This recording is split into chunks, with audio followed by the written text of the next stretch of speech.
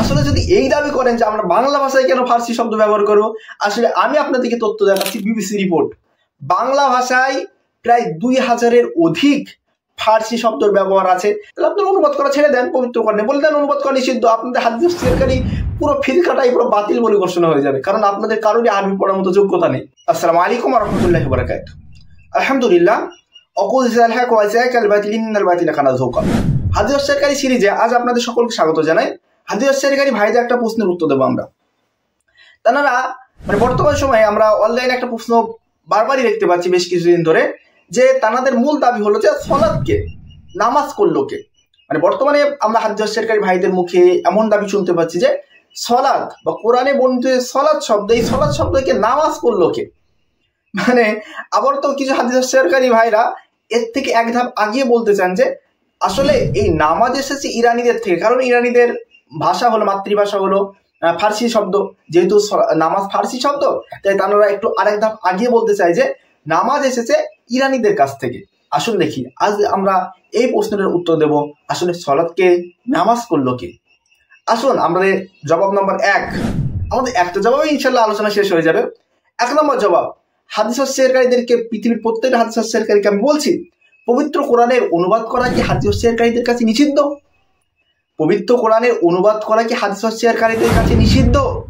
যদি পবিত্র কোরআনের অনুবাদ করা হাদিস তফসিরকারীদের কাছে নিষিদ্ধ হয়, তা আমাদের আলোচনা আজকে এখানেই সমাপ্ত, আমরা আলোচনাই করবো না। আর যদি হাদিস তফসিরকারীদের কাছে পবিত্র কোরআনের অনুবাদ করা নিষিদ্ধ না হয়, তাহলে সলাৎকে নামাজ বলতে আপনাদের অসুবিধা কোথায়? না আপনারা ডিকশনারি খুঁজে পান না, না আপনাদের ডিকশনারি পড়ার মতো যোগ্যতা রাখেন না। আসুন দেখি আজকে আপনাদের সামনে আমরা একটা ডিকশনারি নিয়ে উপস্থিত হয়েছি, আল মুজামুল ওয়াফি। আল মুজামুল ওয়াফি, এই ডিকশনারি আপনারা পেয়ে দেখতে পাচ্ছেন। এখানে স্পষ্ট সলাতের অর্থ নামাজ করা আছে, সলাতের অর্থ নামাজ করা আছে। এখন আপনারা বলেন না আপনারা ডিকশনারি খুঁজে পান না, না আপনারা ডিকশনারি পড়ার মতো যোগ্যতা নেই, বা ডিকশনারি থেকে অর্থ তোলার মতো যোগ্যতা আপনাদেরকে নেই। যদি যোগ্যতা না থাকে তাহলে আমাদেরকে বলবেন, এমন অভিযোগ করার কি আছে, আমরা খুঁজে দেবো ইনশাল্লাহ। পবিত্র কোরআনে দেখেন সলাতের অর্থ নামাজ করা আছে, তাহলে আপনাদের নামাজ বলতে আপনাদের অসুবিধা কোথায়? যদি পবিত্র কোরআনে অনুবাদ করা আপনাদের কাছে নিষিদ্ধ না হয়, পবিত্র কোরআনে যদি অনুবাদ করা আপনার কাছে নিষিদ্ধ না হয়, তাহলে সলাৎকে নামাজ বলতে অসুবিধা কোথায়? কারণ সলাতের অর্থই তো ভাই নামাজ, সলাতের অর্থই তো ভাই নামাজ। এখন যদি আপনাদের একটা মূল দাবি হয় যে নামাজ তো ভাই ফার্সি শব্দ, আমরা বাংলা ভাষায় ফার্সি শব্দ কেন বলবো? আসলে যদি এই দাবি করেন যে আমরা বাংলা ভাষায় কেন ফার্সি শব্দ ব্যবহার করবো, আসলে আমি আপনাদেরকে তথ্য দেখাচ্ছি বিবিসি রিপোর্ট। বাংলা ভাষায় প্রায় 2000-এর অধিক ফার্সি শব্দের ব্যবহার আছে। তাহলে আপনারা এই 2000-এর অধিক ফার্সি শব্দগুলোকে বাদ দিয়ে দেন ব্যবহার করা।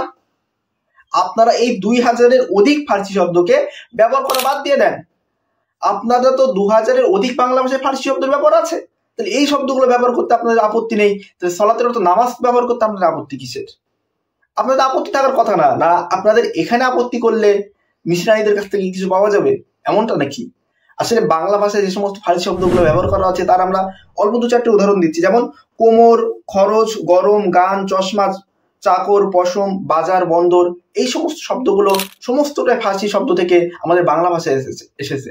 তাহলে এই সমস্ত শব্দগুলো ব্যবহার করতে, এছাড়াও প্রায় 2000-এর অধিক শব্দ আছে, 2000-এর বেশি শব্দ আছে, তাহলে সেই সমস্ত শব্দগুলো ব্যবহার করতে আপনাদের আপত্তি নেই, আর নামাজ ব্যবহার করতে আপনাদের আপত্তি। আজীব ব্যাপার। তাহলে আমরা আপনাদেরকে স্পষ্টভাবে দেখালাম যে সলাতের অর্থ ডিকশনারিতে নামাজ করা আছে। এখন যদি নামাজ শব্দ নিয়ে কোনো ব্যক্তি এখন যদি কোনো ব্যক্তি এমন কথা বলতে চাই আর আসলে সলাত নামাজ হলো কিভাবে, আসলে তাদের দাবিটা এমন পাগলামির, দেখেন কেমন পাগলামির দাবিটা হচ্ছে। গুড মানে ভালো কিভাবে হলো, এমন একটা দাবি হচ্ছে। গুড ভালো কিভাবে হয়, স্কুল কিভাবে বিদ্যালয় হয়, দাবিটা এমন পাগলামি মার্কা দাবি। এই সমস্ত দাবির কোনো ভিত্তি নেই, কেননা তারা না আছে ডিকশনারি পড়ার মতো যোগ্যতা, না আছে কোনো তাদের কাছে কোনো ডিকশনারি, না আছে কোনো ডিকশনারি থেকে অর্থ খুঁজে বের করার মতো যোগ্যতা। এই জন্য তারা এমন কোনো প্রশ্ন তোলে। সলাতের অর্থ আমরা ডিকশনারি থেকে দেখিয়েছি। এখনো যদি কোনো হাদিস তফসিরকারী বলতে চাই যদি সলাতের অর্থ নামাজ হলো কিভাবে, আমরা ফার্স্ট তাদেরকে বলবো যে আপনারা কোরআনে অনুবাদই করবেন না, তাহলে কোরআনে কোনো আয়াতে অনুবাদ করবেন না, কারণ কোরআন তো আরবিতে। এখন অনুবাদ করতে গেলে আপনার ডিকশনারি লাগবে, আর আমরা ডিকশনারি থেকে দেখাচ্ছি নামাজের সলাতের অর্থ নামাজ আছে। এখন নামাজ যদি নিয়ে আপনাদের আপত্তি থাকে তাহলে আপনার কোরআনের 15 শব্দেরই অনুবাদ করবেন না। যদি নামাজ নিয়ে আপনাদের আপত্তি থাকে তাহলে আপনার অনুবাদ করা ছেড়ে দেন, পবিত্র কোরআনে বলে দেন অনুবাদ করা নিষিদ্ধ। আপনাদের হাদিস তফসিরকারী পুরো ফিরকাটাই পুরো বাতিল বলে ঘোষণা হয়ে যাবে, কারণ আপনাদের কারোরই আরবি পড়ার মতো যোগ্যতা নেই। আসুন দেখি, আপনারা বলেন আপনারা অনুবাদ করা ছেড়ে দেন, হাদিস টোটাল ফিরকাটা একদিনে বাতিল হলে প্রমাণিত হবে।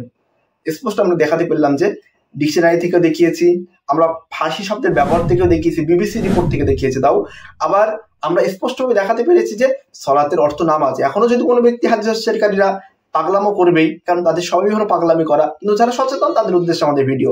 যারা যে সমস্ত ব্যক্তিরা সচেতন সেই সমস্ত ব্যক্তিরা স্পষ্টভাবে বুঝতে পেরেছেন যে সলাতের অর্থ নামাজ বললে অসুবিধা নেই, কারণ এটা ডিকশনারি দ্বারা প্রমাণিত। সলাতের অর্থ নামাজ। আমরা আরবি শব্দগুলো বেশি পরিমাণে ব্যবহার করব, আর সলাতের অর্থ নামাজ বললে এখানে কোনো ক্ষতির সম্ভাবনা নেই, কারণ এটা মানে যারা বলে আমরা শব্দের অর্থ দিয়ে কোরআন বুঝবো তাদের আমরা ডিকশনারি থেকেই দেখিয়ে দিয়েছি যে সলাতের অর্থ নামাজ করা আছে। স্পষ্টই হাদিস তফসিরকারী কিছু লোক এর পরে পাগলামো করবে, কিন্তু যারা সচেতন মানুষ তারা স্পষ্টই বুঝতে পেরেছে যে নামাজ বললে এটা কোনো সমস্যা থাকে না।